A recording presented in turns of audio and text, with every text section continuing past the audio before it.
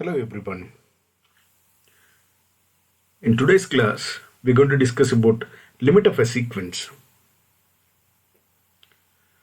So when we say a sequence tends to a limit L, we say a sequence tends to a limit L as n tends to infinity, provided the nth term of the limit xn tends to L as n tends to infinity.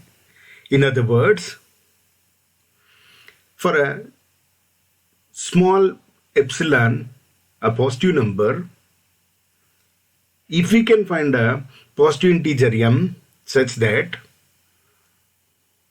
the distance between xn and L is less than epsilon, that means the distance between x and L goes on decreases as n goes on increases starting from m. So if the distance between these two is less than epsilon for all n greater than or equal to m, then we say the sequence xn tends to the limit L, and symbolically this is denoted by limit as n tends to infinity of nth term of the sequence is equal to L. So graphically what you can write is, suppose if you draw x-axis and y-axis, your x coordinates are nothing but natural numbers. So mark them starting from 1, 2, 3, 4, etc. And your xn is nothing but height, that is y-axis. So L is some limit. When you give n equal to 1, you'll get x1, first term of the sequence. When you give n equal to 2, second term, etc. It goes on. So what this one is saying is, when you start giving value for n, from n, say there is some point m, and after m plus 1, m plus 2 goes on, it goes on up to infinity, plus infinity. So when you start giving value for n starting from m, the distance between the mth term, what is that, xm and L will be less than epsilon. When you give n equal to m plus 1, you will get xm plus 1 minus L. That distance is also less than epsilon, etc. That is what the geometrical meaning of this. Now I've given some examples. What is the limit of the sequence n? Here nth term is n only. So find the limit of this. Limit as n tends to infinity xn, which is nothing but limit as n tends to infinity n, and this gives you plus infinity. So limit of this is tending to infinity. And what is the limit of this sequence? Here nth term is 1 by n. So your xn is 1 by n. As n goes to infinity, this goes to 0. It is finite. So this sequence is tending to a finite limit. And what about this? We are having a sequence 1 plus 1 by n whole to the power of n. So nth term of this sequence is this. And we know that this is a standard sequence. So limit as n tends to infinity xn, which is nothing but limit as n tends to infinity 1 plus 1 by n whole to the power of n. This is a standard limit form. And the answer is E. We know that very well. Now, the next problem is, show that limit as n tends to infinity 2n plus 3 by 3n plus 4 is equal to 2 by 3 by using the definition of the limit of the sequence. So what is your definition of the limit of the sequence? So limit as n tends to infinity xn equal to L, provided for given epsilon greater than 0, a smaller number, we have to show that there exists a positive integer for which the distance between x and L will be less than epsilon whenever we start giving value for n, that is natural number, from m or more than m. So we need to show this. Okay, so they are given limit as n tends to infinity 2n plus 3 divided by 3n plus 4 is equal to 2 by 3. Let's assume this is our xn and this is our L. So we need to show that the distance between x and L is less than epsilon for all n greater than or equal to m. See, in these problems, our job is to find m. See, I told you that if you draw a graph on x-axis, you have to mark all the natural numbers 1, 2, 3, etc. So you need to find for which value of this natural number the distance between xn and L will be less than epsilon. So you have to find from where I have to give n so that the distance between x and L will be less than given epsilon. That is what our job. So our job is to find the value of n. That is nothing but m. So from where I should start giving value for m so that the distance between x and L will be less than epsilon. In such problems, always you should remember that our job is to find the value of m. From where we have to start giving value for n so that the sequence xn converges to 2 by 3 or tends to 2 by 3. Okay, so we have to show that for epsilon greater than 0, however small, we have to find up m, which is a natural number, such that the distance between these two will be less than epsilon for all n greater than or equal to m. For such m, this result is true. Then the meaning of this one is xn tends to 2 by 3. That is what the meaning of this. Okay, let's consider xn minus 2 by 3. What is your xn? That is 2n plus 3 divided by 3n plus 4 minus 2 by 3. Take LCM and multiply and simplify. Simply you will get 1 by 9n plus 12 modulus of this. But since 1 and n, 9, 12 all are positive, positive number by positive number is positive. So no need to take this modulus. That's why I have removed modulus. And remember, we have to show that mod xn minus 2 by 3 is less than epsilon for all n greater than or equal to m. As I told you, our job is to find only m such that this is true. So assume that this is true. That is mod xn minus 2 by 3 is less than epsilon. But what is your mod xn minus 2 by 3? It is 1 by 9n plus 12. So your mod xn minus 2 by 3 is less than epsilon means 1 by 9n plus 12 is less than epsilon. So we have assumed 1 by 9n plus 12 is less than epsilon means this is true.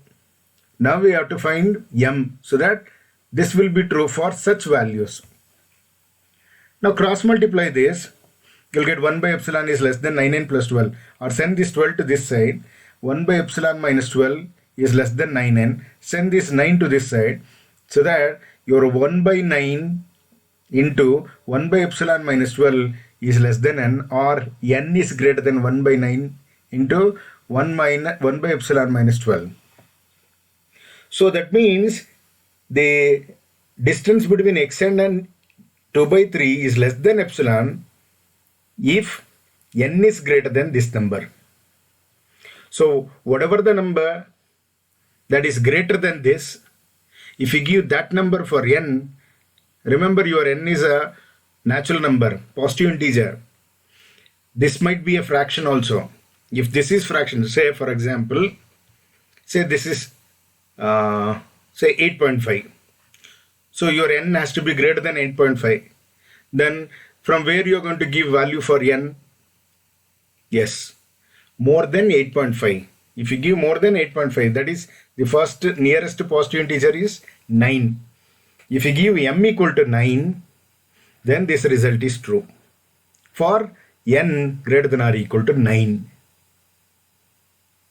Is that right? This is true for n greater than this number. N is greater than this number. If n is greater than this number, then obviously this is true. So let me give value for it. Suppose this is 8.5, then I can give n as 9, 10, 11, 12. They are all greater than this number. For all those numbers, the distance is less than epsilon. That is what I am saying here. For all n greater than or equal to m. Here m is 9, then n will take 9, then the distance is less than epsilon. Then next m plus 1, that is 10, For that also this is less than epsilon. Then 11, for that also this is less than epsilon. That is what the meaning of this. Now, in general, let me choose m is the nearest positive integer greater than this number. Nearest positive integer greater than this number. Right? So that if this your n is greater than that number, then your m is obviously it might be equal also, because this is the nearest positive integer. So this result is less than epsilon for all n greater than or equal to this positive integer. So this means symbolically limit as n tends to infinity xn is equal to 2 by 3. Similarly, I had given one more problem for a particular epsilon. Here, the epsilon is given as 1 by 10 and we have to find m. Already I told you that in such problems, we have to find m. Now, as usual, we know that what is the limit of this sequence? Take n outside in the numerator, n outside in the denominator. So, n get cancels. You will get 2 plus 3 by n and 5 minus 4 by n. So when you put n equal to infinity, 2 plus 3 by infinity is 0, 5 minus 4 by infinity is 0, simply you are left out with 2 by 5. So limit of this is 2 by 5. We have found the limit. This is what the limit is. They are given L.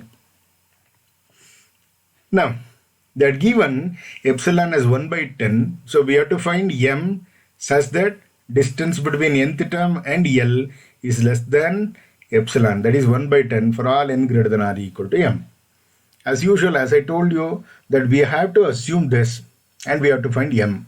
So let's consider this mod xn minus 2 by 5. What is your xn?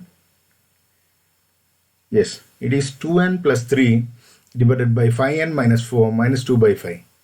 Take LCM, you'll get this much. Simplify it.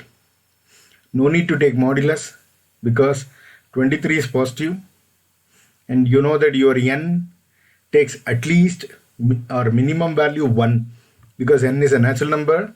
So if n takes 1, then this is 25 minus 20. If n takes more than 1, then obviously this number is greater than this number. Therefore, this will be always a positive number, 25n minus 20. So positive number by positive number.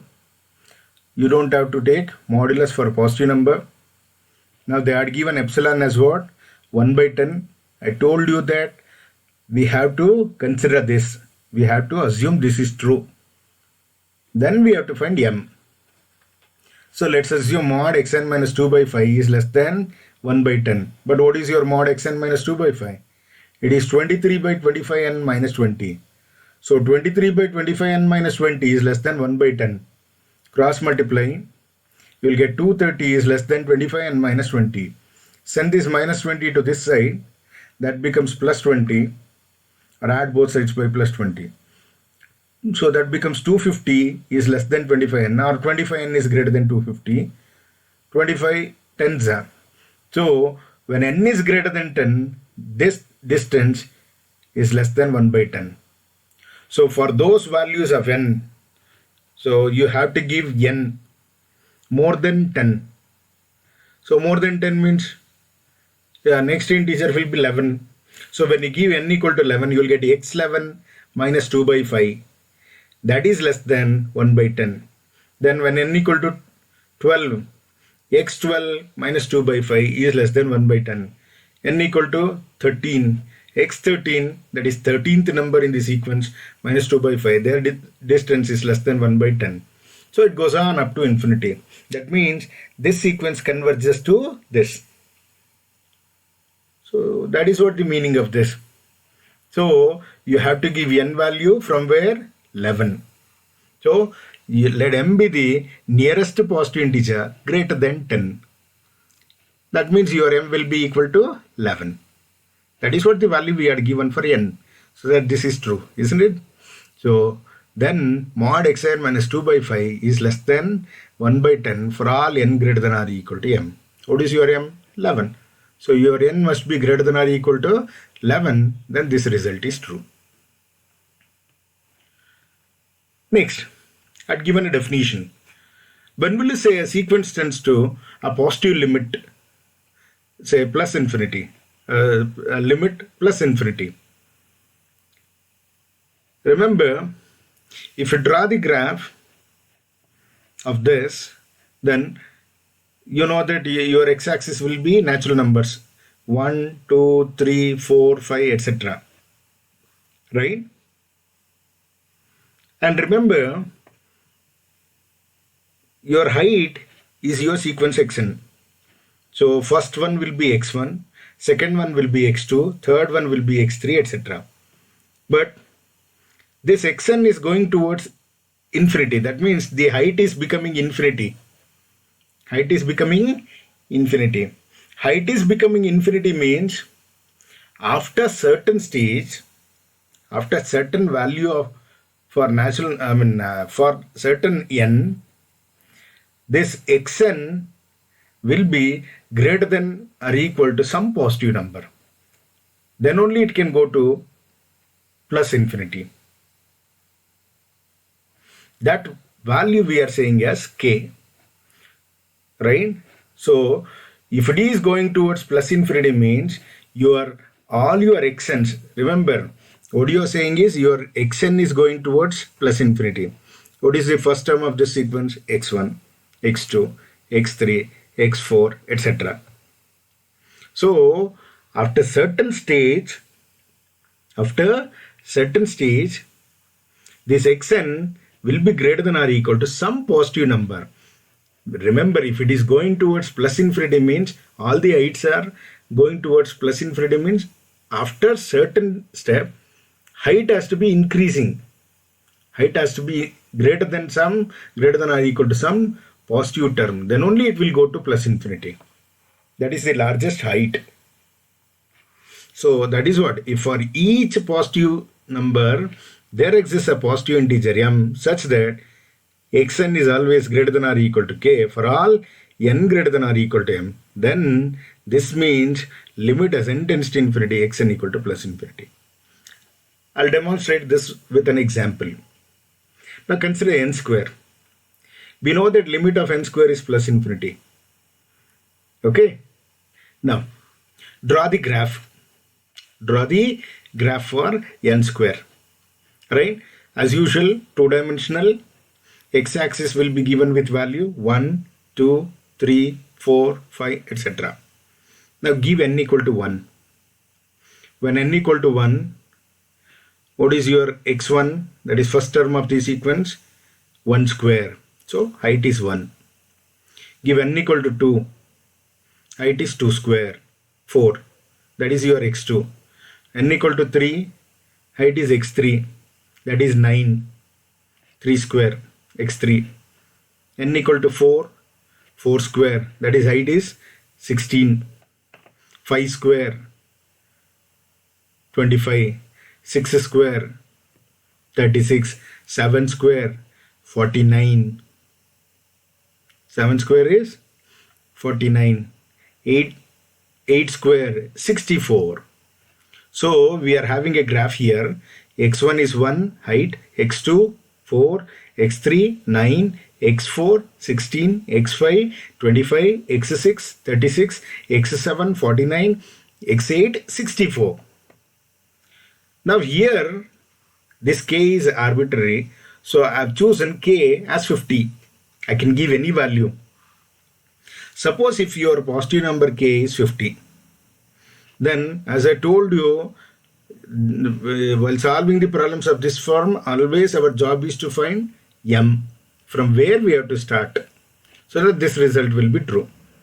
So assume that xn is greater than or equal to k, that is xn is greater than or equal to 50, right? But what is your xn? N square. So n square has to be greater than or equal to 50. Now square on both sides. So your n will be greater than or equal to plus or minus square root of 50. But remember, what is your n? It's a natural number. It's a positive number. So n cannot be this negative. So let me take only positive value. Right? So let me take n is greater than square root of 50. What is your square root of 50? 7.01. So your n should be greater than or equal to 7.01. N cannot be equal to 7.01 because n is a natural number. So n has to be greater than 7.01. Let's say 8. If n is greater than or equal to 8, then your xn is greater than or equal to 50. That's what we have written in the graph. What was your x7? It was 49. What was your x8? 64. Height is 64 here. So when you give n equal to 8, your height will be 64, which is greater than or equal to 50. When n equal to 9, 81, that is greater than 50. That is going on increasing.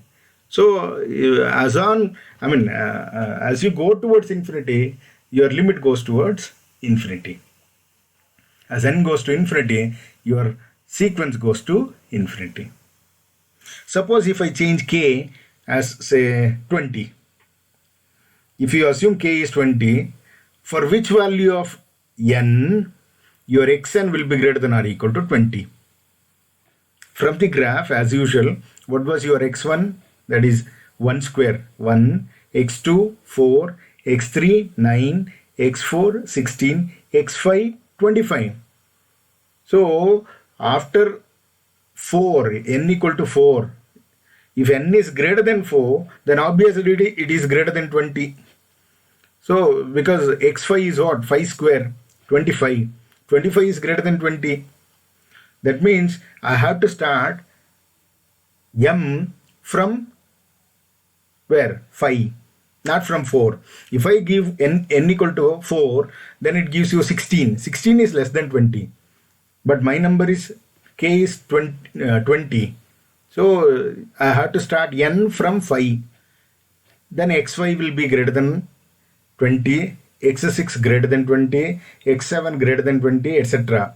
That means it is increasing. So it is going towards plus infinity. So it all depends, your m depends on choice of k. Here I had given k equal to 50. That's why our n should be greater than 7.01. Let's say 8. So for all those values greater than 8, for all those natural number greater than 8, your xn's will be greater than or equal to 50. That is, your xn is greater than or equal to k. For all n greater than or equal to m. That means limit as n tends to infinity, n square is plus infinity. This is so you can verify if it is diverging towards plus infinity. Have you understood? Okay, let's move on to the next one. When will you say a sequence tends to minus infinity? So it is decreasing. Minus infinity. Minus infinity is the least one. So it is decreasing. Now, let's assume there is a positive integer k. Then as usual we have to find m such that your sequence is decreasing. Remember, xn is less than or equal to minus k for all n greater than or equal to m. If it is decreasing after certain number, then surely it will go to minus infinity. This is symbolically denoted by this. Now let us see an example. So what is limit of minus n square, sequence minus n square? It is obviously minus infinity. Okay, let me take k as a positive integer, say 100. Then as I said, you have to assume this. That is, xn is less than or equal to minus 100. Then our job is to find from where we have to start so that this is true. Okay, our job is to find m. Xn is this, but what is your xn? Minus n square. So minus n square is this. Multiply both sides by minus 1. So minus 1 into minus n square becomes plus n square. And inequality changes. Less than or equal to becomes greater than or equal to. Minus 100 becomes plus 100. Then as usual, n will be greater than or equal to plus or minus square root of this. But we are considering positive value because n is a natural number. So let's assume n is greater than or equal to 10. Square root of 100 is plus 10. Okay. Now that means this result is true if you give n starting from 10. When n equal to 10, you will get x10. So your x10 value is less than or equal to minus 100. Is that true? Let's see. What is your n? 10. Minus 10 square is what? 100. 100 minus 100 equal to minus 100.